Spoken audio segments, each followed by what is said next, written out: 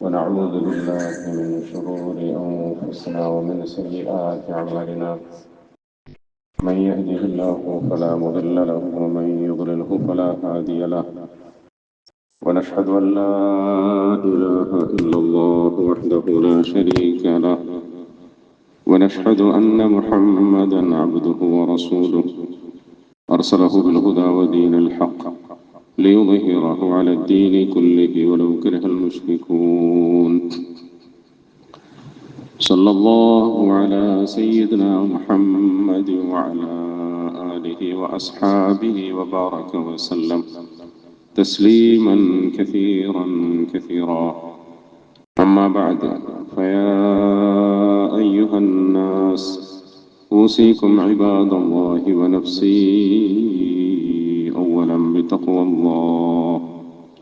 فقد قال الله سبحانه وتعالى: يا أيها الذين آمنوا اتقوا الله حق تقاته ولا تموتن إلا وأنتم مسلمون. അല്ലാഹു സുബ്ഹാനഹു വതആല അവൻ്റെ കൽപ്പനകൾക്ക് വിധേയരായി അവനെ തഖ്വ ചെയ്തുകൊണ്ട് ജീവിക്കുവാൻ നമുക്കെല്ലാവർക്കും തൗഫീഖ് നൽകി അനുഗ്രഹിക്കുമാറാകട്ടെ. അള്ളാഹുവിൻ്റെ കൽപ്പനകൾക്ക് വഴിപ്പെട്ടുകൊണ്ട് പൂർണ്ണമായി അവൻ്റെ നിയമങ്ങളൊക്കെ പാലിച്ചുകൊണ്ട് സൂക്ഷ്മതയോടുകൂടി ജീവിക്കണമെന്ന് ഞാൻ എൻ്റെ ശരീരത്തോടും നിങ്ങളെല്ലാവരോടും വസിയത്ത് ചെയ്യുകയാണ്, ഓർമ്മപ്പെടുത്തുകയാണ്. സാധാരണഗതിയിൽ നമ്മൾ ഖുത്ബയുടെ ആരംഭത്തിൽ ഈ വസിയത്ത് പറയാറുണ്ട്. അള്ളാഹുവിനെ തഖ്വ ചെയ്ത് ജീവിക്കണമെന്നും തഖ്വയെ മുറുകെ പിടിക്കണമെന്നും അത് വസിയത്തായി ഖതീബ് കേൾക്കുന്നവർക്ക് കൈമാറാറുണ്ട്. എന്നാൽ റമദാനിന് ശേഷം ആദ്യമായി ജുമാക്ക് വരുന്ന നമ്മൾ തഖ്വയോടുകൂടി ജീവിക്കണമേ എന്ന് പറയുന്നതിനേക്കാൾ ഉപരി ഒരു മാസക്കാലം നമ്മൾ കഷ്ടപ്പെട്ട് ജീവിതത്തിൽ പകർത്താൻ ശ്രമിച്ച തഖ്വയുടെ സൂക്ഷ്മതയുടെ നല്ല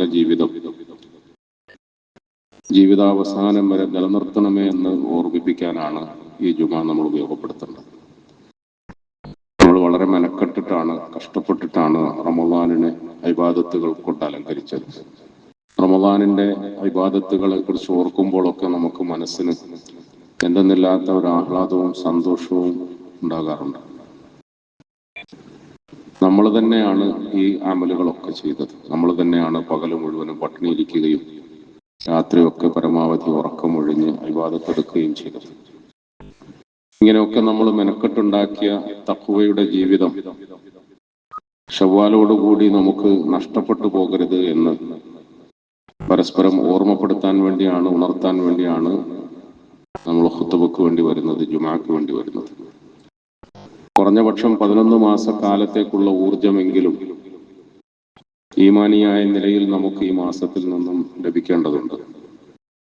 അഥവാ അങ്ങനെ ലഭിക്കുന്നില്ലെങ്കിൽ നമ്മുടെ അമലുകളിൽ എവിടെയോ ഒരു പോരായ്മ വന്നതായി നമ്മൾ ഭയപ്പെടണം. നമ്മളുടെ ഇബാദത്തുകളിൽ എവിടെയോ ഒരു പാളിച്ച വന്നതായി നമ്മൾ ഭയപ്പെടണം. റസൂലുള്ളാഹി സ്വല്ലല്ലാഹു അലൈഹി വസല്ലമ തങ്ങൾ റമദാനിന്റെ അവസാന ഭാഗത്ത് സഹാബത്തിന് പഠിപ്പിച്ച ഒരു പ്രത്യേകമായ അമല്, അത് റമദാനിന് ശേഷം നമ്മൾ നോറ്റുകൂടുന്ന ബൈനോമ്പ് എന്ന് വിളിക്കുന്ന ശവ്വാൽ മാസത്തിലെ 6 നോമ്പാണ്. ഈ 6 നോമ്പ് വളരെ പ്രബലമായ സുന്നത്താണ്. റസൂലുള്ളാഹി സ്വല്ലല്ലാഹു അലൈഹി വസല്ലം നമുക്കതിന്റെ പ്രതിഫലത്തെ വളരെ വലുതായി പഠിപ്പിച്ചു തന്നിട്ടുണ്ട്. ആരെങ്കിലും ഒരാൾ റമദാൻ മുഴുവൻ നോമ്പെടുക്കുകയും ഇബാദത്തെടുക്കുകയും സുമ്മ അത്ബഅഹു സിത്തൻ മിൻ ശവ്വാൽ, അതിനുശേഷം ആ റമദാൻ മാസത്തോട് ശേഷം വരുന്ന ശവ്വാൽ മാസത്തിൽ നിന്നും 6 നോമ്പിനെ അവൻ തുടർത്തുകയും ചെയ്താൽ സുമ്മ അത്ബഅഹു സിത്തൻ മിൻ ശവ്വാൽ ഫകഅന്നമാ സാമ ദഹറ കുല്ല, അവൻ ആ വർഷം മുഴുവൻ നോമ്പെടുത്തവനെ പോലെയായി എന്ന് റസൂലുള്ളാഹി സ്വല്ലല്ലാഹു അലൈഹി വസല്ലം അറിയിച്ചു. വർഷം മുഴുവൻ നോമ്പെടുത്തതിന്റെ പ്രതിഫലമാണ് 6 നോമ്പിലൂടെ അല്ലാഹുവിന്റെ റസൂൽ സ്വല്ലല്ലാഹു അലൈഹി വസല്ലം നമുക്ക് വാഗ്ദാനം ചെയ്യുന്നത്. പ്രായോഗികമായി നമ്മൾ ചിന്തിക്കുമ്പോൾ 29 ദിവസത്തെ നോമ്പെടുക്കുമ്പോൾ നമുക്കില്ലാതിരുന്ന ക്ഷീണവും മടിയും അലസതയും പലപ്പോഴും നമുക്ക് ഈ 6 നോമ്പിൽ അനുഭവപ്പെടാറുണ്ട്. അതുകൊണ്ട് തന്നെയാണ് റസൂലുള്ളാഹി സ്വല്ലല്ലാഹു അലൈഹി വസല്ലം ഈ 6 നോമ്പിന്റെ ശ്രേഷ്ഠതയെക്കുറിച്ച് ഇത്രയേറെ നമുക്ക് ബോധനം നൽകിയത്. ഒരു വർഷം മുഴുവൻ നോമ്പെടുക്കുന്നവനെ പോലെയാണ് എന്ന് പറഞ്ഞാൽ, ഒരു വർഷക്കാലം വരെ നോമ്പുകാരൻ എങ്ങനെയാണോ ജീവിക്കേണ്ടത്, നോമ്പുകാരൻ എങ്ങനെയാണോ പെരുമാറേണ്ടത്, എങ്ങനെയാണോ സംസാരിക്കേണ്ടത്, എങ്ങനെയാണോ അവന്റെ ജീവിതത്തിന്റെ എല്ലാ കാര്യങ്ങളെയും കൈകാര്യം ചെയ്യേണ്ടത്, ആ നിലയിൽ അവനെ നിയന്ത്രിക്കാൻ പര്യാപ്തമാകുന്ന തരത്തിൽ ഒരു ഊർജം അവന് ഈ 6 നോമ്പിലൂടെ കൈവരിക്കാൻ കഴിയും. അതുകൊണ്ടാണ് 6 നോമ്പിന് എടുക്കാൻ പറഞ്ഞത്. 6 നോമ്പെടുക്കൽ സുന്നത്താണ്. റമദാൻ മാസത്തിൽ നോമ്പെടുക്കുന്നത് ഫറളാണ്. സുന്നത്തായ നോമ്പ് എന്ന് പറയുമ്പോൾ ഒരുപക്ഷെ അത്ര നിർബന്ധമല്ല എന്ന മനോഭാവത്തോടുകൂടി നമ്മളിൽ അധിക പേരും ഒഴിവാക്കാൻ സാധ്യതയുണ്ട്. പക്ഷേ അത് എടുക്കാൻ സാധിച്ചാൽ ഒരു കൊല്ലം മുഴുവൻ നോമ്പെടുത്തവനെ പോലെയാകും. ഒരു കൊല്ലം മുഴുവൻ നോമ്പുകാരന്റെ സൂക്ഷ്മതയോടുകൂടി ജീവിക്കാൻ അവനെ പര്യാപ്തമാക്കുന്ന ഒരു പുണ്യകർമ്മമാണ് എന്ന് നമുക്ക് പഠിപ്പിക്കപ്പെടുകയാണ്. നമ്മളൊന്ന് ആലോചിച്ച് നോക്കിയാൽ, 30 ദിവസക്കാലത്തെ നോമ്പെടുക്കുന്നതിനെ അപേക്ഷിച്ചിട്ട് 6 നോമ്പെടുക്കുമ്പോൾ ചിലപ്പോൾ ഒരു കൊല്ലം നോമ്പെടുത്തവനെ പോലത്തെ ക്ഷീണവും വിഷമവും പ്രയാസവും ഒക്കെ ഉണ്ടാവും. പക്ഷേ നമ്മളെല്ലാവരും ഒന്നിച്ചെടുക്കുന്ന പൊതുവായ അമലായതുകൊണ്ട് അറിയാതെ അങ്ങ് അമലായി തന്നെ പോകും. എല്ലാവർക്കും എളുപ്പമാണ്, ഒരു പ്രയാസമില്ല. ഈ നിലയിലൊക്കെ നമ്മൾ ആലോചിക്കേണ്ടത് റസൂലുള്ളാഹി സ്വല്ലല്ലാഹു അലൈഹി വസല്ലമയിലൂടെ നമുക്ക് പഠിപ്പിക്കപ്പെട്ടിട്ടുള്ള പരിശുദ്ധ ദീൻ എന്ന് പറയുന്നത് ഏതെങ്കിലും പ്രത്യേക സമയത്തേക്ക് മാത്രം, ഏതെങ്കിലും പ്രത്യേക മാസത്തേക്കോ കാലത്തേക്കോ മാത്രമായി പരിമിതപ്പെടേണ്ട ഒന്നല്ല. മറിച്ച് ഈ അമലുകളൊക്കെ നമ്മുടെ ജീവിതത്തിന്റെ ഭാവിയെ നിർണ്ണയിക്കുകയും നമ്മുടെ ജീവിതത്തിന്റെ അടുത്ത നിമിഷങ്ങളെ കുറിച്ചിട്ട് നമുക്ക് വ്യക്തമായ നിയന്ത്രണം തരികയും ചെയ്യുന്ന തരത്തിൽ അമലുകൾ ചെയ്യാൻ നമുക്ക് സാധിക്കും. ഹദീസിൽ വരുന്നുണ്ട്, റസൂൽ സല്ലല്ലാഹു അലൈഹി വസല്ലം തങ്ങൾ പറഞ്ഞു, അഹബ്ബുൽ അഅമാലി ഇലല്ലാഹി അദ്വമുഹാ വഇൻ ഖൽ. അഹബ്ബുൽ അഅമാലി ഇലല്ലാഹി അദ്വമുഹാ വഇൻ ഖൽ. അല്ലാഹുവിന് ഏറ്റവും ഇഷ്ടപ്പെട്ട അമൽ എന്ന് പറഞ്ഞാൽ സ്ഥിരമായി ചെയ്യുന്ന അമലാണ്, നിരന്തരമായി ചെയ്യുന്ന അമലാണ്. ആവേശത്തോടു കൂടി ഒരിക്കൽ ചെയ്യുകയും പിന്നെ അത് ഇട്ടുകളയുകയും ചെയ്യുന്ന അമലല്ല. എപ്പോഴും നിരന്തരമായ നിലയിൽ നിലനിർത്താൻ കഴിയുന്ന, ചെയ്യാൻ കഴിയുന്ന അമലുകളാണ് അള്ളാഹുവിന് ഏറ്റവും ഇഷ്ടപ്പെട്ടത്. അത് അല്പം കുറവാണെങ്കിലും ശരി.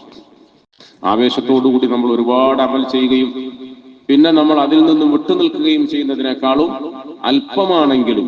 അല്പമാണെങ്കിലും നിരന്തരമായ നിലയിൽ നിലനിർത്താൻ കഴിയുന്ന, ചെയ്യാൻ കഴിയുന്ന അമലുകളാണ് അള്ളാഹുവിന് ഏറ്റവും ഇഷ്ടപ്പെട്ടത് എന്ന് റസൂലുള്ളാഹി സ്വല്ലല്ലാഹു അലൈഹി വസല്ലം പറഞ്ഞു. സാധാരണ നമ്മൾ പറയാറുണ്ടല്ലോ, ആളുകൾ ഒരാളെ സംബന്ധിച്ചിട്ട് അവൻ എപ്പോഴാണ് വലിയായി മാറുന്നത്, വലിയാകുന്നത് എപ്പോഴാണ്? വലിയാവുക എന്ന് പറഞ്ഞാൽ അള്ളാഹുവിന്റെ ഇഷ്ടദാസനാവുക എന്നാണ്. വലിയാകുമ്പോൾ നമ്മൾ അവരിലൊക്കെ പ്രതീക്ഷിക്കാറുള്ളത് അവരുടെ കറാമത്തുകളാണ്, അത്ഭുത സിദ്ധികളാണ്, അമാനുഷികമായ എന്തെങ്കിലും ചേഷ്ടകളും ചെയ്തികളുമാണ്. അഹ്ലുസുന്നത്ത് വൽ ജമാഅത്തിന്റെ അഖീദ പ്രകാരം ഒരു മുസ്ലിമിനെ സംബന്ധിച്ചിടത്തോളം അവന്റെ ജീവിതത്തിലെ ഏറ്റവും വലിയ കറാമത്ത് എന്ന് പറയുന്നത് ഇസ്തിഖാമത്താണ്. സുന്നത്ത് ജമാഅത്തിന്റെ അഖീദ പ്രകാരം നമുക്ക് പഠിപ്പിക്കപ്പെട്ടിരിക്കുന്ന ഈ തത്വത്തെ നമ്മൾ മറന്നു പോകരുത്. ഒരു മുസ്ലിമിനെ സംബന്ധിച്ചിടത്തോളം അവൻ അള്ളാഹുവിന്റെ വലി എന്ന നിലയിൽ അവനിൽ വെളിവാകുന്ന കറാമത്തുകളുടെ കൂട്ടത്തിൽ ഏറ്റവും ശ്രേഷ്ഠമായ കറാമത്ത് എന്ന് പറയുന്നത് ഇസ്തിഖാമത്താണ്. നിലനിർത്തുക, സ്ഥിരമായ നിലയിൽ സത്യ അമലുകളിൽ നിലനിൽക്കാൻ കഴിയുക എന്ന് പറയുന്ന ഒരു സംഗതിയാണ് അവന്റെ ജീവിതത്തിൽ ഏറ്റവും വലിയ കറാമത്ത് എന്ന് പറയുന്നത്. ഇന്നല്ലദീന ഖാലൂ റബ്ബുനല്ലാഹു സുമ്മ ഇസ്തഖാമൂ ഇന്നല്ലദീന ഖാലൂ റബ്ബുനല്ലാഹു സുമ്മ ഇസ്തഖാമൂ തതനസ്സലു അലൈഹിമുൽ മലായിക അല്ലാ തഖാഫൂ വലാ തഹ്സനൂ وأبشروا بالجنة التي كنتم توعدون إن الذين قالوا ربنا الله ثم استقاموا. അള്ളാഹു നമ്മുടെ റബ്ബാണ് എന്ന് പറയുക, വിശ്വസിക്കുക, പ്രഖ്യാപിക്കുക. അള്ളാഹു നമ്മുടെ റബ്ബാണ് എന്ന് വിശ്വസിച്ചതുകൊണ്ടാണ് 30 ദിവസക്കാലം നമുക്ക് പകലിൽ പട്ടിണിയിരിക്കാൻ കഴിഞ്ഞത്.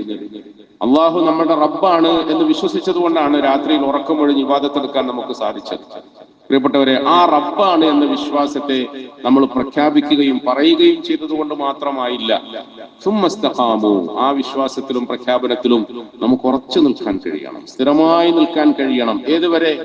തതനസ്സലു അലൈഹിമുൽ മലായികതു അല്ലാ തഖാഫു വലാ തഹ്സനു. വഅബ്ദു റബ്ബക ഹത്താ യഅതിയകൽ യഖീൻ എന്നൊരു ഖുർആനിക വചനത്തിൽ അല്ലാഹു പറഞ്ഞിട്ടുണ്ട്. ആകാശത്തു നിന്നും മലക്കുകൾ ഇറങ്ങി വന്ന് നിന്നെ അന്തിമമായ നിലയിൽ ആശ്വസിപ്പിക്കുന്ന ആ ഒരു നിമിഷം വരെ, അഥവാ നിന്റെ മരണം വരെ ഉമർ ഇബ്നുൽ ഖത്താബ് റളിയല്ലാഹു അൻഹു അവர்கள் സാധാരണ പറയുമായിരുന്നു, ലാ തഅമൻ ഹത്താ തറാ ഖദമൈക ഫിൽ ജന്ന, ലാ തഅമൻ ഹത്താ തറാ ഖദമൈക ഫിൽ ജന്ന. നിന്റെ രണ്ട് കാലുകളും സ്വർഗത്തിൽ കണ്ടെത്തിയതിനു ശേഷമല്ലാതെ നീ സമാധാനപ്പെടരുത്. ഒരു കാല് സ്വർഗത്തിലായി, എന്നാ പിന്നെ ഞാൻ സ്വർഗത്തിൽ എത്തിയല്ലോ എന്ന് ആശ്വസിക്കരുത്. അത്ര പോലും നിനക്ക് ആശ്വസിക്കാൻ കഴിയില്ല. രണ്ട് കാലുകളും സ്വർഗത്തിൽ എത്തിയാൽ മാത്രമേ നിനക്ക് സമാധാനിക്കാൻ കഴിയുകയുള്ളൂ. അള്ളാഹു പറയുന്നു,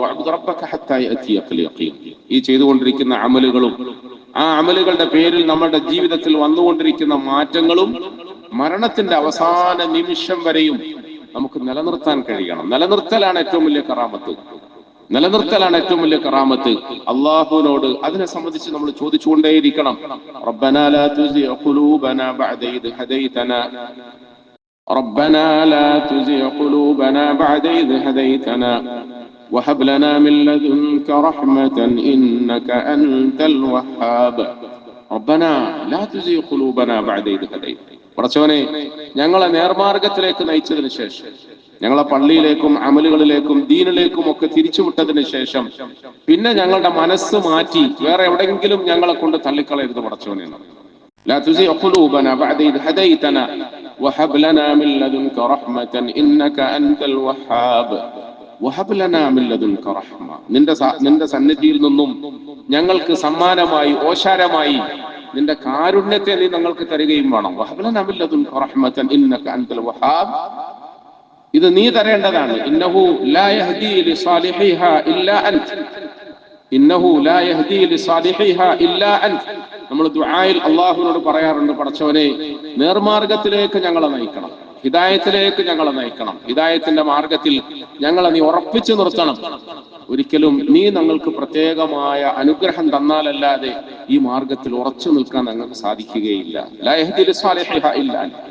നന്മയുടെ മാർഗത്തിലേക്ക് നയിക്കേണ്ടത് നീ മാത്രമാണ്. നിന്റെ ഔദാര്യവും ഓശാരവും ഉണ്ടായാലല്ലാതെ ഞങ്ങൾക്കൊരിക്കലും നന്മയുടെ മാർഗത്തിൽ നടക്കാൻ കഴിയില്ല, ഉറച്ചു നിൽക്കാൻ കഴിയില്ല. പ്രിയപ്പെട്ടവരെ, റമളാനിന് ശേഷം മുസ്ലിമീങ്ങളായ നമ്മൾ അള്ളാഹുവിനോട് അധികമായി ഇസ്തിഖാമത്തിനെ ചോദിക്കണം. അമലുകളിൽ ഉറച്ചു നിൽക്കാൻ, നന്മകളിൽ ഉറച്ചു നിൽക്കാൻ, സൽസ്വഭാവത്തിൽ ഉറച്ചു നിൽക്കാൻ, വിവരക്കേടുകളിൽ നിന്നും വൃത്തികേടുകളിൽ നിന്നും അള്ളാഹു ഇഷ്ടപ്പെടാത്ത കാര്യങ്ങളിൽ നിന്നും അകന്നു നിൽക്കാനുള്ള തൗഫീഖിന് വേണ്ടി നമ്മൾ അള്ളാഹുവിനോട് എപ്പോഴും ചോദിച്ചുകൊണ്ടേയിരിക്കണം. അത് വളരെ പ്രധാനപ്പെട്ട സംഗതിയാണ്. അലസമായ നിലയിൽ നമ്മുടെ ജീവിതം പാഴായി പോയാൽ, അല്ലെങ്കിൽ നമ്മുടെ ജീവിതത്തിലേക്ക് കടന്നു വരുന്ന തിരക്കുകളുടെയോ സമ്മർദ്ദങ്ങളുടെയോ പേരിൽ നമ്മൾ പടുത്തുയർത്തിയ ഈ പരിശുദ്ധി നഷ്ടപ്പെട്ടു പോയാൽ അള്ളാഹു നമ്മളെ കാത്തുരക്ഷിക്കുമാറാകട്ടെ. ഒരുപക്ഷെ അള്ളാഹു ഇഷ്ടപ്പെടാത്ത ഏതെങ്കിലും അവസ്ഥയിൽ, അള്ളാഹുവിന്റെ കോപമിറങ്ങുന്ന അവസ്ഥയിൽ നമ്മുടെ അന്ത്യം സംഭവിച്ചു പോയാൽ കാലാകാലത്തേക്ക് നമ്മൾ നഷ്ടപ്പെട്ടവരായി. അഷ്റഫുൽ ഖൽഖ് സല്ലല്ലാഹു അലൈഹി വസല്ലം എപ്പോഴും ദുആ ചെയ്യുമായിരുന്നു, അല്ലാഹുമ്മ യാ മുഖല്ലിബൽ ഖുലൂബ് സബ്ബിത് ഖൽബി അലാ ദീനിക്, അല്ലാഹുമ്മ യാ മുഖല്ലിബൽ ഖുലൂബ് സബ്ബിത് ഖൽബി അലാ ദീനിക്. ആരാ ദുആ ഇറക്കുന്നത്? നമ്മുടെ നബി സല്ലല്ലാഹു അലൈഹി വസല്ലം, അഷ്റഫുൽ ഖൽഖായ റസൂൽ സല്ലല്ലാഹു അലൈഹി വസല്ലം എപ്പോഴും ദുആ ചെയ്യും, അല്ലാഹുവേ, ഹൃദയങ്ങളെ തിരിച്ചു മറിച്ചുകൊണ്ടിരിക്കുന്നവനായ പടച്ചവനെ, ഹൃദയങ്ങളെ അങ്ങോട്ടും ഇങ്ങോട്ടും തിരിച്ചു മറിച്ചുകൊണ്ടിരിക്കുന്നവനായ പടച്ചവനെ, സബ്ബിത് ഖൽബി അലാ ദീനിക്, എന്റെ ഹൃദയത്തെ നിന്റെ ദീനിൽ, നിന്റെ ദീനിയായ ജീവിതത്തിൽ ഉറപ്പിച്ചു നിർത്തണേ എന്ന് ദുആ ചെയ്യും. വയാ മുസർരിഫൽ ഖുലൂബ് സർരിഫ് ഖൽബി അലാ തഅതിക്, അങ്ങോട്ടും ഇങ്ങോട്ടും ഒക്കെ ഹൃദയത്തിന്റെ വഴികളെ തിരിച്ചു വിട്ടുകൊണ്ടിരിക്കുന്നവനായ അല്ലാഹുവേ, റമദാൻ കഴിഞ്ഞാൽ ഒന്ന് ടൂറ് പോകണം, അങ്ങോട്ട് പോകണം, ഇങ്ങോട്ട് പോകണം. പിന്നെ റമദാൻ മാസത്തിന്റെ ഒരു മാസക്കാലം നമ്മൾ പിടിച്ചു വെച്ചിരുന്ന പലതും അല്ലാഹു വീട്ടിൽ കൊണ്ട് ആചരിക്കാനുള്ള ആർത്തിയും അത്യാഗ്രഹവും നമ്മുടെ മനസ്സിലേക്ക് കടന്നു വരും. ഇങ്ങനെയൊക്കെ വഴിമാറിപ്പോകാൻ സാധ്യതയുള്ള എന്റെ മനസ്സിനെ നിന്റെ ദീനിലേക്ക് നീ തിരിച്ചുവിടണേ, നിന്റെ ദീനിലേക്ക് തിരിച്ചു. അള്ളാഹുവിന്റെ റസൂൽ സല്ലല്ലാഹു അലൈഹി വസല്ലം സ്ഥിരമായി ചെയ്ത ദുആ നമ്മൾ ചെയ്യണ്ടേ പ്രിയപ്പെട്ടവരെ? നമുക്ക് ആ ബോധമുണ്ടാകണ്ടേ.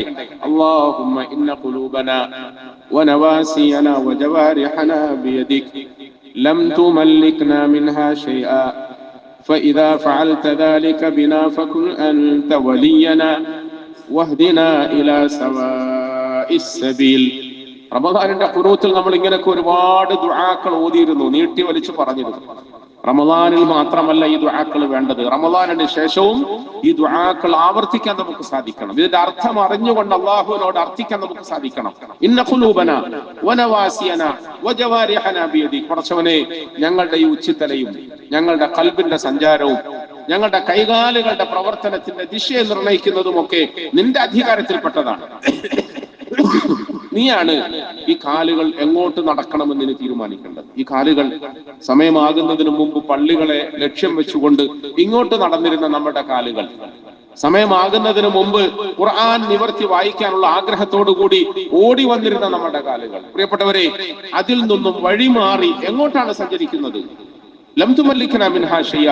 ഞങ്ങളുടെ ഖൽബുകൾ ഞങ്ങളുടെ പിടിയിലില്ല, ഞങ്ങളുടെ കൈകാലുകൾ ഞങ്ങളുടെ പിടിയിലില്ല. അല്ലാഹുവേ, നീ ഞങ്ങളെ കൊണ്ട് എന്തെങ്കിലും ചെയ്യിപ്പിക്കുന്നുണ്ടെങ്കിൽ അത് നിനക്കിഷ്ടപ്പെട്ട വഴിയിൽ തന്നെ ആകണേ എന്ന് പറയാം. ഇതൊക്കെ അർത്ഥം അറിഞ്ഞുകൊണ്ട് നമ്മൾ പറയുമ്പോഴാണ് നമ്മുടെ ജീവിതത്തിന്റെ ഉത്തരവാദിത്വം വർദ്ധിക്കുന്നത്. പ്രിയപ്പെട്ടവരെ, അല്ലാഹു സുബ്ഹാനഹു വ തആല നമുക്ക് നൽകേണ്ട ഏറ്റവും വലിയ ഖബൂലിയത്ത് എന്ന് പറയുന്നത് മരണം വരെയും ഈ മാർഗത്തിൽ ഉറച്ചു നിൽക്കാനുള്ള തൗഫീഖ് നമുക്ക് നൽകുക എന്നുള്ളതാണ്. അള്ളാഹു നമുക്കൊക്കെ നൽകി അനുഗ്രഹിക്കുമാറാകട്ടെ. ഒരു പക്ഷേ റമദാനിന് ശേഷം നമ്മുടെ പള്ളികൾ കാലിയാകുന്നു, പള്ളിയിൽ നിന്നും ആളുകൾ ഒഴിഞ്ഞു പോകുന്നു, അകന്നു പോകുന്നു എന്നൊക്കെ നമ്മൾ പറയുമ്പോൾ, പ്രിയപ്പെട്ടവരെ, നമ്മൾ ഭയപ്പാടോടുകൂടിയാണ് അത് പറയേണ്ടത്, ബേജാറോടുകൂടിയാണ് അത് പറയേണ്ടത്. നമ്മൾ വേറൊരാളെ കുറ്റപ്പെടുത്താനും വേറൊരാളെ കുറവാക്കാനും വേണ്ടി ഒരിക്കലും നമ്മളങ്ങനെ പറയരുത്. ചില ആളുകൾ പറയാറുണ്ട്, നോമ്പായപ്പോ എന്തോ ഒരു നിസ്കാരമായിരുന്നു, നോമ്പായപ്പം പള്ളിയിലായിരുന്നു, നോമ്പായപ്പം ഭയങ്കര പുണ്യവാളനായി ജീവിക്കുകയായിരുന്നു, നോമ്പ് കഴിഞ്ഞതും ഓനങ്ങ് പോയില്ലേ. അങ്ങനെ തന്നെയാണ് എന്നൊക്കെ നമ്മൾ ഒരിക്കലും ഒരാളെയും കുറ്റപ്പെടുത്തരുത്. അല്ലാഹു സുബ്ഹാനഹു വ തആല ഏതൊരുത്തന്റെ ദുആ, ഏതൊരുത്തന്റെ നിസ്കാരം, ഏതൊരുത്തന്റെ ഇബാദത്ത് എപ്പോ ഖബൂലാക്കുമെന്നൊന്നും നമുക്ക് ആർക്കും പറയാൻ കഴിയില്ല. ഒരിക്കലും നമ്മൾ ആരെയും കുറവാക്കരുത്, കുറ്റപ്പെടുത്തരുത്, ആരെയെ സംബന്ധിച്ചിട്ടും അങ്ങനെ കൊച്ചാക്കി സംസാരിക്കരുത്. എന്നാൽ പ്രിയപ്പെട്ടവരെ, നമ്മൾ നമ്മളുടെ കാര്യത്തിൽ അങ്ങേയറ്റം ഭയപ്പെടണം. പടച്ചവനെ, എന്റെ ഏതെങ്കിലും ഒരു പ്രവൃത്തി ദൂഷ്യത്തിന്റെ പേരിൽ, എന്റെ ഏതെങ്കിലും ഒരു അശ്രദ്ധയുടെ പേരിൽ, എന്റെ ഒരു ഗഫലത്തിന്റെ പേരിൽ, എന്നിൽ നിന്നും വന്നുപോയ അഹങ്കാരത്തിന്റെയോ മറ്റോ കാരണത്തിന്റെ പേരിൽ റമദാനിന് ശേഷം നിന്റെ ഭവനത്തിൽ നിന്നും എന്നെ പുറത്താക്കി കളയോ പടച്ചവനെ. നമ്മൾ ഭയപ്പെടണം. റമദാനിന് ശേഷം നിന്റെ ഇബാദത്തിൽ നിന്നും എന്നെ ദൂരത്താക്കി കളയുമോ? നിന്റെ ഇബാദത്തിൽ നിന്നും നിന്നെ അനുസരിച്ച് ജീവിക്കുന്ന നല്ല ആളുകളോടൊപ്പം ചരിക്കുന്നതിൽ നിന്നും എന്നെ നീ ദൂരത്താക്കി കളയുമോ എന്ന് ഞങ്ങൾ ഭയപ്പെടണം. നമ്മൾ ഭയപ്പെടണം. നമ്മളെ സംബന്ധിച്ച് നമ്മൾ വേറൊരാളെ കുറ്റപ്പെടുത്താനല്ല, വേറൊരാളെ കുറവ് പറയാനല്ല. ഒരു പക്ഷേ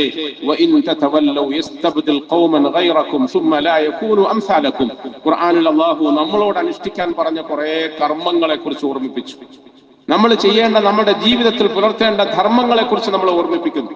ഇങ്ങനെ നമ്മളെ ഓരോന്നും ഓർമ്മിപ്പിച്ചതിന് ശേഷം അള്ളാഹു പറയാണ്, നിങ്ങൾ എന്റെ കൽപ്പന പ്രകാരം ഉറച്ചു നിന്ന് പ്രവർത്തിച്ചിട്ടില്ലെങ്കിൽ, എന്റെ കൽപ്പന പ്രകാരം ഉറച്ചു നിന്ന് പ്രവർത്തിച്ചിട്ടില്ലെങ്കിൽ, നിങ്ങൾ ഇതിൽ നിന്നും പുറകോട്ട് പോവുകയാണെങ്കിൽ നിങ്ങളല്ലാത്ത മറ്റൊരു വിഭാഗത്തെ അതിന് പകരമായി ഞാൻ കൊണ്ടുവരുന്നതാണ്. എന്ന് പറഞ്ഞാൽ, അള്ളാഹു നമ്മൾ ചെയ്ത പണിയൊന്നും ഇഷ്ടപ്പെടാതെ ആകുമ്പോൾ, അള്ളാഹു നമ്മളെ കാത്തുരക്ഷിക്കുമാറാകട്ടെ, നമ്മൾ ചെയ്ത അമലുകളൊന്നും അള്ളാഹുവിന് തൃപ്തികരമല്ലാതെ ആകുമ്പോൾ, നമ്മുടെ നാടൻ ഭാഷയിൽ പറഞ്ഞാൽ നമ്മളെ പിരിച്ചുവിടുകയും പകരം വേറൊരാളെ ആ സ്ഥാനത്ത് സ്ഥാപിക്കുകയും ചെയ്യുമെന്ന് പരിശുദ്ധ ഖുർആൻ പറയുന്നു. റസൂലുള്ളാഹി സ്വല്ലല്ലാഹു അലൈഹി വസല്ലം അവിടുത്തെ സഹാബാക്കൾക്ക് പഠിപ്പിച്ചിരുന്ന അമലുകളുടെ കൂട്ടത്തിൽ പ്രധാനപ്പെട്ട ഒരു അമലാണ് അവരവരുടെ പ്രവർത്തനങ്ങളെ കുറിച്ചിട്ട്, അവരവരുടെ അമലുകളെ കുറിച്ചിട്ട് എപ്പോഴും മുഹാസബ ചെയ്തുകൊണ്ടേയിരിക്കണം, വിലയിരുത്തിക്കൊണ്ടേയിരിക്കണം. ഞാൻ ചെയ്തുകൊണ്ടിരിക്കുന്ന അമലുകളിൽ എവിടെയെങ്കിലും എന്തെങ്കിലും പോരായ്മകൾ വരുന്നുണ്ടോ? ആ പോരായ്മകളുടെ പേരിൽ അല്ലാഹു സുബ്ഹാനഹു വ തആല എന്നെ വെറുക്കുകയും എന്നെ അവന്റെ നല്ല അടിയാറുകളുടെ കൂട്ടത്തിൽ നിന്നും അകറ്റി നിർത്തുകയും ചെയ്യുന്നുണ്ടോ എന്ന് ഭയപ്പെടണം.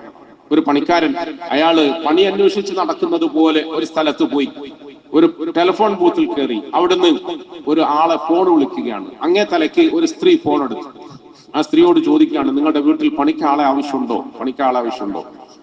അവർ പറഞ്ഞു, പണിക്കാളെ ഒന്നും ആവശ്യമില്ല, ഞാന് നല്ല തോട്ടപ്പണിക്കാരനാണ്, ഗാർഡൻ വർക്കറാണ്, നിങ്ങളുടെ വീട്ടിലെ ഗാർഡൻ മെയിൻറ്റെയിൻ ചെയ്യാൻ വേണ്ടിയിട്ട് ഒരു പണി എനിക്ക് തരണം, ഞാനത് ചെയ്തോളാം. അപ്പൊ ആ സ്ത്രീ പറയാണ്, ഇവിടെ ആ പണി ചെയ്യാൻ വേണ്ടിയിട്ട് ഒരാളുണ്ട്, നല്ല നിലയിൽ തരക്കേടില്ലാതെ പണിയൊക്കെ ചെയ്യുന്നുണ്ട്. അപ്പൊ വീണ്ടും ഇയാൾ പറയാണ്, അയാൾ ചെയ്യുന്നതിനേക്കാളും ഭംഗിയായി ഞാൻ ചെയ്യും, എനിക്ക് നല്ല കഴിവുണ്ട്. അപ്പൊ അവര് പറഞ്ഞു, ആവശ്യമില്ല, ഒരാളുണ്ടല്ലോ ഇവിടെ, വീണ്ടും ഇയാൾ പറയാണ് അയാൾ ചെയ്തുകൊണ്ടിരിക്കുന്ന പണി അതിനേക്കാളും ചെറിയ പൈസക്ക് ചെറിയ ശമ്പളത്തിന് ഞാൻ ചെയ്യാം. സ്ത്രീ പറയുന്നു വേണ്ട, ചെറിയ ശമ്പളവും വലിയ ശമ്പളവും അല്ല, ഇപ്പൊ പണിയുന്നവനെ കുറിച്ചിട്ട് ഞങ്ങൾക്ക് യാതൊരു അതൃപ്തിയുമില്ല, പരാതിയില്ല, അവനെ കുറിച്ച് ഞങ്ങൾ തൃപ്തരാണ്.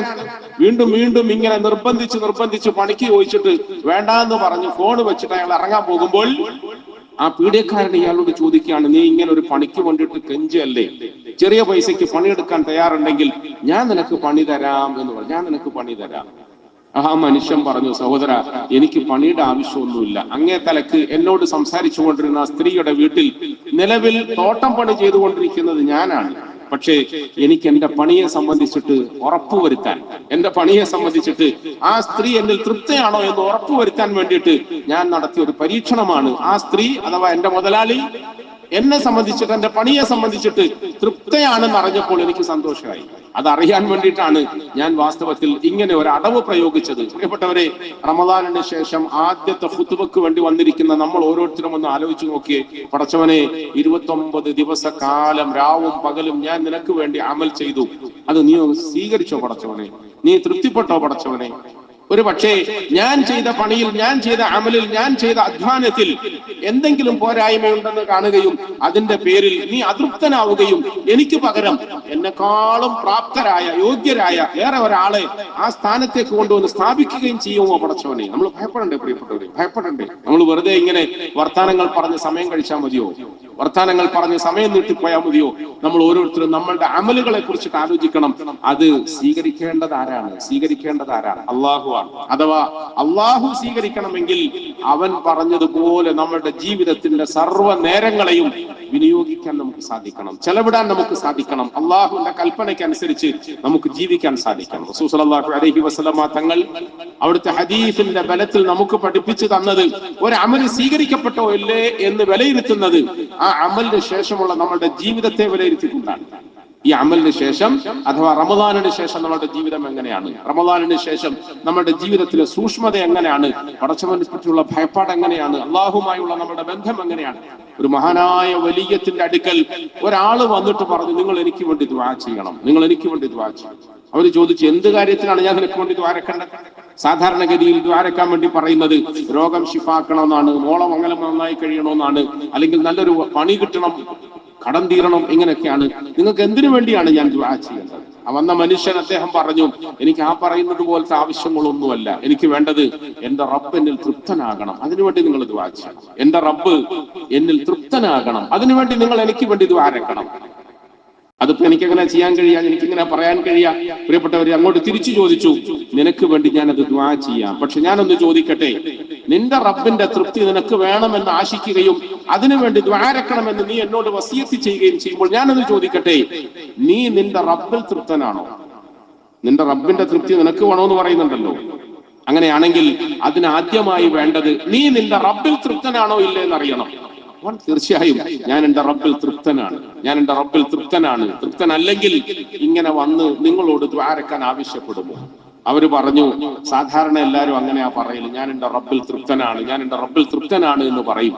പക്ഷേ അകത്തേക്ക് കടന്നു ചെന്നുകൊണ്ട് അല്പം ഒന്ന് ആലോചിക്കാൻ ശ്രമിച്ചാൽ നമ്മളിൽ അധിക പേരും നമ്മുടെ റബ്ബിന്റെ തൃപ്തി ആഗ്രഹിക്കുന്നു, തേടുന്നു. പക്ഷേ നമ്മൾ അവരിൽ തൃപ്തനല്ല. അവനിൽ തൃപ്തനായ അവസ്ഥയിൽ നമുക്ക് ജീവിക്കാൻ കഴിയുന്നില്ല. അവർ പറഞ്ഞൊരു വലിയ തത്വമുണ്ട്, ഇന്ന് നമുക്ക് രോഗം വന്നാൽ നമ്മൾ 1000 ആളോട് അത് പറയും. വേദന വന്നാൽ 1000 ആളോട് നമ്മൾ പറയും. നമുക്ക് എന്തെങ്കിലും സന്തോഷം വന്നാൽ ആരെയും അറിയിക്കില്ല. പ്രതീക്ഷിക്കാത്ത നിലയിൽ എന്തെങ്കിലും ഒരു വരുമാനം വന്നു, പണം വന്നു, അത് വന്നാൽ പരമാവധി ആരും അറിഞ്ഞില്ല എന്ന് നമ്മൾ ഉറപ്പുവരുത്തും. ആരും അറിയരുത്. എനിക്കുണ്ടാകുന്ന നന്മകൾ ആരെയും അറിയിക്കാതെ നമ്മൾ ഒളിപ്പിച്ചു വെച്ചു. നമുക്കുണ്ടാകുന്ന വിഷമങ്ങളും വേദനകളും ഏതൊരാളോടും പറയാൻ നമ്മൾ വെമ്പല് കൊള്ളും. നമ്മുടെ ബുദ്ധിമുട്ടുകളെ നമ്മൾ പറയും. നമുക്ക് നല്ല തണുപ്പുണ്ടാകുമ്പോൾ എന്തൊരു തണുപ്പ് നമ്മൾ പറയും.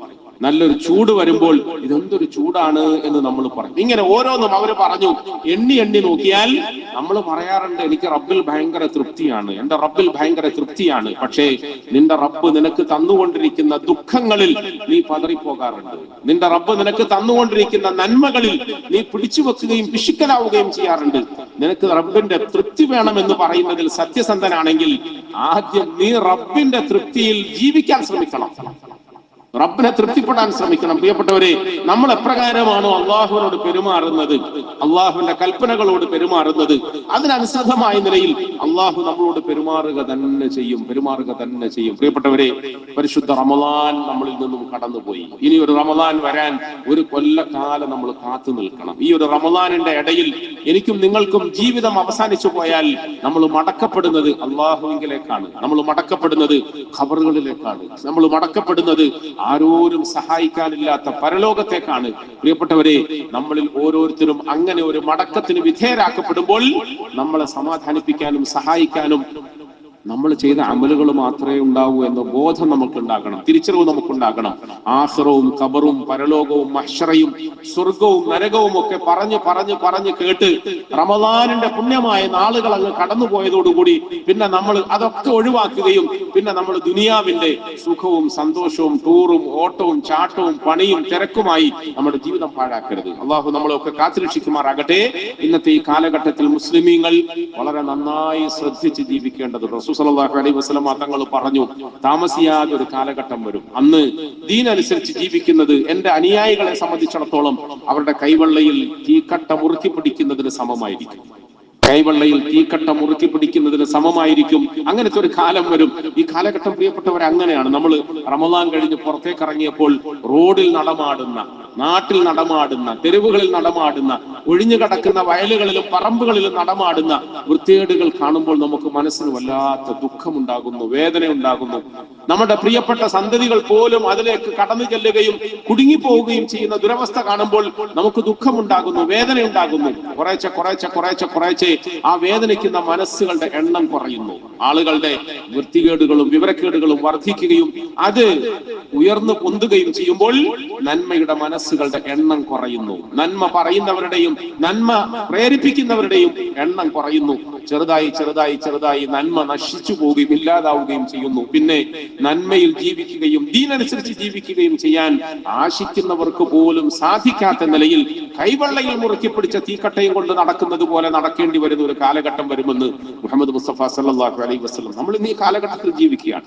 ഇന്ന് ഇന്ത്യയിലെ മുസ്ലിമീങ്ങളെ സംബന്ധിച്ചിടത്തോളം അതീവ ദുഃഖകരമായ, ദുരന്തപൂർണമായ ഒരവസ്ഥയിലൂടെ കടന്നു പോവുകയാണ്. നമ്മുടെ രാജ്യത്ത് മുസ്ലിമീങ്ങളുടെ ഉപ്പമാര് കാരണവന്മാരൊക്കെ പണ്ടേ പടച്ചവന്റെ പൊരുത്തത്തിനു വേണ്ടി വഖഫ് ചെയ്ത വസ്തുക്കളും സ്വത്തുക്കളും കോടാനകോടിയുണ്ട്. അത് ആരുടെയും കുടുംബസ്വത്ത് കവർന്നെടുത്തതല്ല, ആരുടെയും അധികാരപ്പെട്ട സ്വത്തുക്കൾ ഫുൾഡോസർ വെച്ച് നശിപ്പിച്ചിട്ട് ഞങ്ങളുടെതാണെന്ന് വീരവാദം മുഴക്കിയതല്ല. നമ്മുടെ ഉപ്പാപ്പമാര് കാരണവന്മാര് അവരവരുടെ സ്വന്തം സ്വത്തിനെ പടച്ചവന്റെ പൊരുത്തത്തിന് വേണ്ടിയിട്ട് വഖഫ് ചെയ്യുകയും അതിന്റെ പേരിൽ സ്വർഗത്തിൽ അവർക്ക് പ്രതിഫലം കിട്ടണമെന്ന് ആഗ്രഹിക്കുകയും ചെയ്തു. അങ്ങനെ ഈ രാജ്യത്ത് അതിന്റെ വ്യത്യസ്ത മുക്കുമൂലകളിൽ കോടാനകോടി സ്വത്തുക്കളുണ്ട്, പള്ളികളുണ്ട്, മദ്രസകളുണ്ട്, യതീംഖാനകളുണ്ട്, ദുനിയവിയായ പല സ്ഥാപനങ്ങളുമുണ്ട്. പക്ഷെ അതൊക്കെ നമ്മളുടെ ഭരണാധികാരികൾ എന്ന് പറയുന്ന ക്രൂര വിഭാഗം പുതിയ ബില്ലുകൾ കൊണ്ടുവന്ന് ഭൂരിപക്ഷത്തെ തെളിയിച്ച് തട്ടിയെടുക്കാനുള്ള കുടിലശ്രമം നടത്തിക്കൊണ്ടിരിക്കുന്നു. നമ്മളൊക്കെ പ്രതിഷേധിക്കണം, നമ്മളൊക്കെ വേദനിക്കണം, നമ്മളൊക്കെ അതിനെതിരെ ശബ്ദമുയർത്തണം. പ്രിയപ്പെട്ടവരെ, ഞാനൊരു കാര്യം പറയുന്നു. പരിശുദ്ധ റമദാനിന് ശേഷം എന്നെ കേൾക്കാൻ, എന്റെ ഖുതുബ കേൾക്കാൻ വന്ന എന്റെ പ്രിയപ്പെട്ട സഹോദരങ്ങളോട്, ഇവിടെ ഏതെങ്കിലും പാർലമെന്റിന്റെ സഭകളിൽ ഒരുമിച്ച് കൂടിയിരുന്നു കൊണ്ട് തങ്ങളുടെ ഭൂരിപക്ഷം ഉപയോഗപ്പെടുത്തി ബില്ല് പാസാക്കി തട്ടിയെടുക്കാൻ കഴിയാത്ത നിലയിൽ മുസ്ലിം ഉമ്മത്തിന് സ്വന്തമായ ചില സ്വത്തുക്കളുണ്ട്. ശ്രദ്ധിച്ചു കേൾക്കണേ പ്രിയപ്പെട്ടവരെ. ആരുടെയും ഭൂരിപക്ഷം കൊണ്ട് ബില്ല് പാസാക്കി തട്ടിയെടുക്കാൻ കഴിയാത്ത ചില സ്വകാര്യമായ സ്വത്തുക്കൾ മുസ്ലിം ഉമ്മത്തിനുണ്ട്. ബുൾഡോസർ വെച്ച് തകർത്ത് നശിപ്പിക്കാൻ കഴിയാത്ത ചില മഹത്തായ സമ്പാദ്യങ്ങളും സമ്പത്തുകളും ഈ മുസ്ലിം ഉമ്മത്തിനുണ്ട്. ഈ മുസ്ലിം ഉമ്മത്തിന്റെ അത്തരം സമ്പത്തുകളിലേക്ക് കടന്നു കയറാൻ ഭൂമിയിൽ ഒരു ശക്തിക്കും സാധ്യമല്ല, ഒരു ഫാഷിസ്റ്റുകൾക്കും സാധ്യമല്ല, ഒരു ലോക പോലീസിനും സാധ്യമല്ല. ഏതാണ് ആ സമ്പത്ത്? അത് പ്രിയപ്പെട്ടവരെ, ഈ മുസ്ലിം സമുദായത്തിന്റെ സുന്ദരമായ സംസ്കാരമാണ്, സുന്ദരമായ വ്യക്തിത്വമാണ്, സുന്ദരമായ സ്വഭാവ വൈശിഷ്ട്യങ്ങളാണ്, ഹുസ്നുൽ അഖ്ലാഖാണ്. ഈ മുസ്ലിം സമുദായത്തിന്റെ ഇടയിൽ അള്ളാഹു നൽകിയിരിക്കുന്ന പരസ്പരമുള്ള ഐക്യവും സ്നേഹവും ഒരുമയുമാണ്. നമ്മുടെ സ്വഭാവ വൈശിഷ്ട്യത്തിന് നേരെ ആർക്കും ഫുൾഡോസർ കടത്താൻ കഴിയില്ല. നമ്മളുടെ പരസ്പരമുള്ള ഒരുമയുടെയും ഇണക്കത്തിന്റെയും മേലെ ആർക്കും ബില്ല് പാസാക്കാൻ കഴിയില്ല. പക്ഷേ എന്ത് പറയണം, ഞാനും നിങ്ങളും ഖേദകരമെന്ന് പറയട്ടെ, മുസ്ലിം സമുദായത്തിന്റെ കയ്യിലുള്ള ഈ സ്വത്തിനെ കുറിച്ചിട്ട് മുസ്ലിമീങ്ങൾ അശ്രദ്ധരാണ്. പ്രത്യേകിച്ച് മുസ്ലിമീങ്ങളിലെ യുവസമൂഹം അശ്രദ്ധരാണ്. നമ്മുടെ കയ്യിലുള്ള ഈ സംസ്കാരത്തെ, നമ്മുടെ കയ്യിലുള്ള ഈ പൈതൃകത്തെ, നമ്മുടെ കയ്യിലുള്ള ഈ ഒരുമയെയും ഇണക്കത്തെയും വേണ്ടതുപോലെ കാത്തുസൂക്ഷിക്കാൻ നമുക്ക് സാധിക്കുന്നില്ല. നമ്മൾ ഏതെങ്കിലും ഒക്കെ ഫംഗ്ഷൻ വരുമ്പോൾ, വിശേഷ ദിവസങ്ങൾ വരുമ്പോൾ, ചങ്ങാതിമാരുടെ കൂടെ ഒന്നിച്ചു കൂടുമ്പോൾ നമ്മൾ പരിശുദ്ധ ഇസ്ലാമിന്റെ നിയമത്തെ കാറ്റിൽ പറത്തുകയാണ്. പടച്ചവന്റെ പ്രീതിയെയും പൊരുത്തത്തെയും നമ്മൾ കാറ്റിൽ പറത്തുകയാണ്. അള്ളാഹു പാടില്ലെന്ന് പറഞ്ഞ സ്ഥലങ്ങളിലേക്കൊക്കെ നമ്മൾ കടന്നു ചെല്ലുകയാണ്. ഈ ചെറുപ്പക്കാരൊക്കെ ഇങ്ങനെ വൃത്തികേടുകളിലേക്ക് പോകുന്നത് ഇന്ത്യൻ പാർലമെന്റിൽ ഭൂരിപക്ഷത്തോടുകൂടി ബില്ല് പാസാക്കിയതുകൊണ്ടൊന്നും അല്ലല്ലോ പ്രിയപ്പെട്ടവരെ. പിന്നെ എന്തുകൊണ്ടാണ് ഈ മുസ്ലിം ചെറുപ്പക്കാരന്റെയും ചെറുപ്പക്കാരിയുടെയും മനസ്സിൽ ഉണ്ടാകേണ്ട ഈമാൻ ഇല്ലാതായി പോയത് കൊണ്ടാണ്, തഖ്വ ഇല്ലാതായി പോയത് കൊണ്ടാണ്, ഇഖ്ലാസ് ഇല്ലാതായി പോയത് കൊണ്ടാണ്. അഥവാ ഈ രാജ്യത്ത് ജീവിച്ചുകൊണ്ടിരിക്കുന്ന മുസ്ലിം സമുദായത്തിലെ ആൺകുട്ടികളും പെൺകുട്ടികളും പഴയ കാലത്തെ സടകുടഞ്ഞെഴുന്നേൽക്കുന്ന സിംഹക്കുട്ടികളെ പോലെ ഉള്ളിൽ ഒതുക്കിയ ഈമാനും തഖ്വയും പൂർണ്ണമായ നിലയിൽ ആർജിച്ചുകൊണ്ട് ജീവിക്കാൻ ശ്രമിച്ചാൽ ഇവിടെ ഒരു ബുൾഡോസറുകൾക്കും തകർത്ത് നശിപ്പിക്കാൻ കഴിയാത്ത ഈമാനിയായ വീര്യം നമ്മുടെ കുഞ്ഞുങ്ങൾക്ക് ഉണ്ടാകും. പക്ഷെ പ്രിയപ്പെട്ടവരെ, ഒരു ഭാഗത്ത് ബില്ലുകൾ പാസ്സാകുന്നു, ബുൾഡോസറുകൾ നടത്തുന്നു, മറുഭാഗത്ത് നമ്മൾ അറിയാതെ നമ്മുടെ കുഞ്ഞുങ്ങളുടെ മസ്തിഷ്കത്തിലേക്ക് ആഭാസങ്ങളെ കടത്തിവിടുന്നു, അനാവശ്യങ്ങളെ കടത്തിവിടുന്നു. അവിശുദ്ധമായ കൂട്ടുകെട്ടിലൂടെ, അനാവശ്യമായ ബന്ധങ്ങളിലൂടെ, ഹറാമായ പരസ്പരമുള്ള ചാറ്റിങ്ങിലൂടെ, പരസ്പരമുള്ള ബന്ധങ്ങളിലൂടെ നമ്മുടെ സമുദായത്തിന്റെ വ്യക്തിത്വത്തെ വികൃതമാക്കുന്നു, നമ്മുടെ സമുദായത്തിന്റെ സംസ്കാരത്തെ തകർത്ത് തരിപ്പണമാക്കുന്നു. പ്രിയപ്പെട്ടവരെ, ഞാനും നിങ്ങളും കരുതിയിരിക്കേണ്ടത് നമ്മളിൽ നിന്നും നമ്മൾ അറിയാതെ കവർന്നെടുക്കപ്പെട്ടുകൊണ്ടിരിക്കുന്ന നമ്മുടെ ഈമാനിനെ കുറിച്ച്, തഖ്വയെ കുറിച്ച്, ഇഖ്ലാസിനെ കുറിച്ച്, നമ്മുടെ വ്യക്തിത്വത്തെ കുറിച്ച്, നമ്മുടെ കുട്ടികളുടെ അഭിമാനത്തെ കുറിച്ച്, നമ്മുടെ കുട്ടികളിൽ നിന്നും ഓരോ ദിവസവും കഴിയും തോറും നഷ്ടപ്പെട്ടുകൊണ്ടിരിക്കുന്ന ലജ്ജയെ കുറിച്ച്, ഹയായിനെ കുറിച്ചിട്ട്, അവർക്കിടയിൽ പരസ്പരം വളർന്നുകൊണ്ടിരിക്കുന്ന സ്പർദ്ധയെ കുറിച്ചിട്ട്, അങ്ങോട്ടും ഇങ്ങോട്ടും അവർക്കിടയിൽ വളർന്നു വന്നുകൊണ്ടിരിക്കുന്ന ഈ വിദ്വേഷത്തെ കുറിച്ചിട്ടൊക്കെ നമ്മൾ ബോധവാന്മാരാകണം. ഇന്നമാ യുരീദു ശൈത്താൻ അൻ യൂഖിഅ ബൈനകുമുൽ അദാവത വൽ ബഗ്ളാ ഫിൽ ഖംറി വൽ മൈസിർ വയസുദ്ദകും അൻ ദിക്രില്ലാഹി വഅനിസ് സലാ. ഖുർആൻ വെറുതെ പറയുന്നതാണോ പ്രിയപ്പെട്ടവരെ? പിശാചിന്റെ സംഘം നിങ്ങളുടെ ഇടയിലേക്ക് ഒഴുക്കിക്കൊണ്ടിരിക്കുന്ന ഈ മദ്യത്തിന്റെയും, നിങ്ങളുടെ ഇടയിലേക്ക് ഒഴുകിക്കൊണ്ടിരിക്കുന്ന ഈ ലഹരി പദാർത്ഥങ്ങളുടെയും ആത്യന്തികമായ ലക്ഷ്യം എന്ന് പറയുന്നത് നിങ്ങൾക്കിടയിൽ ഭിന്നത ഉണ്ടാക്കലാണ്, നിങ്ങളെ തമ്മിൽ തല്ലിക്കലാണ്, നിങ്ങളെ തമ്മിൽ അങ്ങോട്ടും ഇങ്ങോട്ടും വാപ്പ മകനെയും മകൻ വാപ്പയെയും മക്കൾ ഉമ്മയെയും ഒക്കെ പരസ്പരം കൊലപ്പെടുത്താനും മാത്രം തമ്മിൽ വൈരാഗ്യം വളർത്തലാണ്. ഒരിക്കലും നമ്മളെ നന്നാക്കാനല്ല, നമുക്ക് എൻജോയ്മെന്റ് തരാനല്ല, നമ്മുടെ ജീവിതത്തിൽ നമുക്ക് രസം തരാനല്ല, നമ്മളെ നശിപ്പിക്കാനാണ്. വ്യക്തിപരമായ നിലയിൽ, കുടുംബപരമായ നിലയിൽ സമാധാനത്തോടെ ജീവിച്ചുകൊണ്ടിരിക്കുന്ന ഈ സമുദായത്തെ നശിപ്പിക്കാൻ വേണ്ടിയിട്ട് ശത്രു സംഘം ഏർപ്പെടുത്തിയിരിക്കുന്ന ഈ ദുഷിച്ച ആ പാടവത്തെയും പ്രവണതയെയും തിരിച്ചറിയുകയും അതിൽ നിന്നും മുക്തരാകാനുള്ള ബുദ്ധി നമ്മൾ പ്രകടിപ്പിക്കുകയും ചെയ്യണം. പ്രിയപ്പെട്ടവരെ, അല്ലാഹു സുബ്ഹാനഹു വ തആല തഖ്വ ഇഖ്തിയാർ ചെയ്യാൻ, ഇഖ്ലാസോടുകൂടി ജീവിക്കാൻ, പടച്ചവനെ ഭയന്ന് ജീവിക്കാൻ നമുക്ക് അവസരം ഒരുക്കി തരികയും ആ വഴിയിലേക്ക് നമ്മളെ തിരിച്ചുവിടുകയും ചെയ്തപ്പോൾ ഈ നിലയിൽ നമ്മൾ നമ്മുടെ ജീവിതത്തെ കുറിച്ചിട്ട് ഉത്തമ ബോധ്യമുള്ളവരായി മാറണം. പ്രത്യേകിച്ച് ബുദ്ധിയോടുകൂടി അടുത്ത തലമുറയായി വളർന്നു വന്നുകൊണ്ടിരിക്കുന്ന നമ്മളുടെ പ്രിയപ്പെട്ട കുഞ്ഞുങ്ങളെ ആ രംഗത്ത് നമ്മൾ പ്രാപ്തരാക്കണം. അവരുടെ ഹൃദയങ്ങളിൽ ഈ പറയുന്ന വിശ്വാസങ്ങളെ കൊത്തിവെക്കാൻ നമുക്ക് സാധിക്കണം. ഈ പറയുന്ന ബോധം അവർക്കുണ്ടാക്കി കൊടുക്കാൻ നമുക്ക് സാധിക്കണം. വെറുതെ നമ്മളിങ്ങനെ വഅദിന്റെയും നസീഹത്തിന്റെയും പ്രസംഗത്തിന്റെയും ഒക്കെ രൂപത്തിൽ വലിയ വലിയ പ്രകമ്പനങ്ങൾ സൃഷ്ടിച്ചത് കൊണ്ടൊന്നും കാര്യമില്ല. അല്ലാഹു സുബ്ഹാനഹു വ തആല നമുക്ക് അതിനുള്ള തിരിച്ചറിവ് ബോധവും നൽകി അനുഗ്രഹിക്കുമാറാകട്ടെ.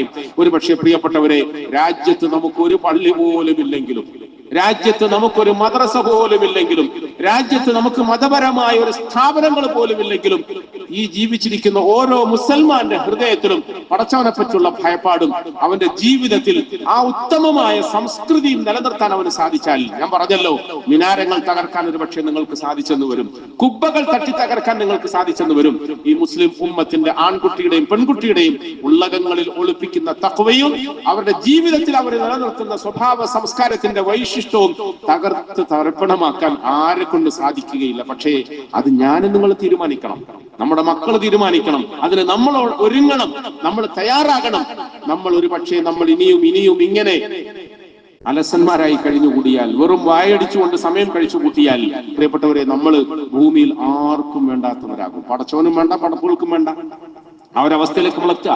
നമുക്ക് നമ്മളെ സംബന്ധിച്ചിടത്തോളം നമ്മളെ പടച്ചോനും വേണ്ട, പടപ്പുകൾക്കും വേണ്ട, രാജ്യത്തിനും വേണ്ട, നാട്ടുകാർക്കും വേണ്ടാത്തൊരു ദുരവസ്ഥയിൽ അതിന്റെ അപ്പുറത്തേക്ക് നമ്മളെ പോറ്റി വളർത്തുന്ന നമ്മുടെ കൂട്ടുകുടുംബാദികളിൽ, പ്രത്യേകിച്ച് നമ്മുടെ ഉമ്മവാപ്പമാർക്ക് പോലും നമ്മുടെ സ്വഭാവ ദൂഷ്യത്തിന്റെ കടുപ്പം കൊണ്ട് നമ്മളെ വേണ്ട എന്ന് പറയുന്ന ഒരു ദുരവസ്ഥയിലേക്ക് നമ്മൾ തരം താണാൽ അതാണ് ഏറ്റവും വലിയ ഭീതിജനകമായ സാഹചര്യം. ഏറ്റവും വലിയ ദുരിതം അതാണ്, ഏറ്റവും വലിയ ദുരന്തം അതാണ്. അത് ഞാൻ നിങ്ങൾ മനസ്സിലാക്കണം. അള്ളാഹു എനിക്ക് നിങ്ങൾക്ക് മനസ്സിലാക്കാൻ തൗഫീഖ് തരുമാറാകട്ടെ. ഒറ്റ വഴിയേ ഉള്ളൂ. അതുകൊണ്ടാണ് എല്ലാ ഖുതുബയിലും തഖ്വ ചെയ്യണേ എന്ന് പറയുന്നത്. ഉള്ളുകൊണ്ട് അള്ളാഹുവിനെ ഭയപ്പെടുകയും പടച്ചവന്റെ നിയമങ്ങൾക്കനുസരിച്ച് ജീവിക്കാൻ ശ്രമിക്കുകയും പരസ്പരം നല്ല നിലയിൽ സ്നേഹത്തോടെ വർത്തിക്കാൻ, ഒരുമയോടെ വർത്തിക്കാൻ, സഹകരണത്തോടെ വർത്തിക്കാൻ നമ്മൾ എല്ലാവരും തയ്യാറാവുകയും ചെയ്താൽ നമ്മളാകുന്ന വ്യക്തികൾ നന്നാകും, നമ്മുടെ കുടുംബം നന്നാകും, നമ്മുടെ മഹല്ല് നന്നാകും, നമ്മുടെ രാജ്യം നന്നാകും, നമ്മൾ വസിക്കുന്ന ലോകം നന്നാകും. അല്ലാഹു തആല ആ നിലയിൽ നമ്മളെയും നമ്മുടെ കുടുംബത്തെയും നമ്മുടെ രാജ്യത്തെയും നമ്മുടെ ലോകത്തെയും പടച്ചവൻ ഇഷ്ടപ്പെടുന്ന നിലയിൽ നയിക്കുന്നതിന് നമുക്കൊക്കെ തൗഫീഖ് നൽകി അനുഗ്രഹിക്കുമാറാകട്ടെ. ആ രംഗത്ത് നമ്മളിൽ നിന്ന് വന്നുപോയ വീഴ്ചകളൊക്കെ അള്ളാഹു നമുക്ക് മാപ്പാക്കി തരുമാറാകട്ടെ. ഇനിയുള്ള നാളുകൾ അള്ളാഹുവിനെ പൊരുത്തപ്പെട്ടവരായി അനുസരണയോടുകൂടി ജീവിക്കാനുള്ള സൗഭാഗ്യം അള്ളാഹു നമുക്കൊക്കെ നൽകി അനുഗ്രഹിക്കുമാറാകട്ടെ.